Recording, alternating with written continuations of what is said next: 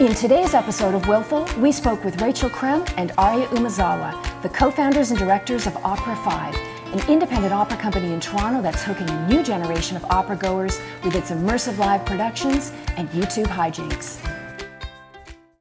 Did you both grow up immersed in the arts? Yes. Yes, definitely. Describe what you were into as a youth. As a youth, well, so I grew up in a family where my music was very important on my dad's side of the family. His aunt was a concert pianist.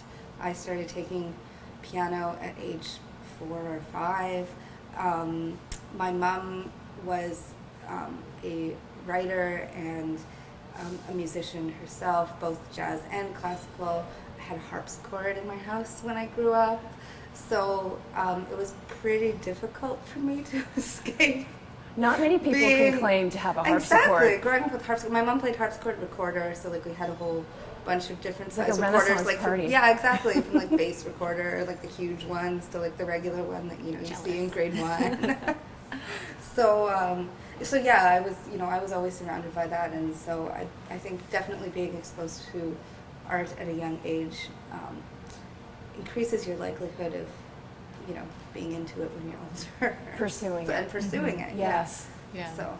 And what about you, Aria? Well, my mother taught music, like from infancy. She taught those like mummy baby music classes, and I was her like test baby. And my dad loved music as well, but more broadly, we lived in a community of artists. I grew up on Roncesvalles in Toronto, and back in the day, and still to this day, a really thriving artist community. And one of our neighbors and the mother of my best friend was Gunta Dreifelds, who works at the COC, and she, like, as far back as I can remember, would give us tickets to go see the COC almost every show. So by the time, I remember walking home with a friend and we were counting on our fingers trying to compete to see who had seen more operas, and we were, I don't know, 8 or 9 years old at this point. Yeah. So a lot of early exposure to opera, and it was sort of a badge of honor to see how many you had seen. Wow. Yeah. Who were your North Stars in terms of performers growing up? Like whose posters were on your bedroom walls?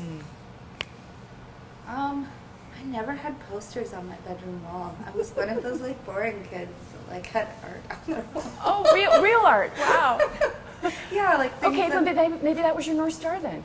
yeah, well, maybe. I'm trying to think. Aria, you go first. Okay. I never had posters on my wall, but I remember loving Stevie Nicks. Like, just wishing I could sing like her when I would, and like trying to make my voice sound like her, and trying to sing like Edge of 17 on the piano when I was in high school. I loved Elton John. I loved Billy Joel.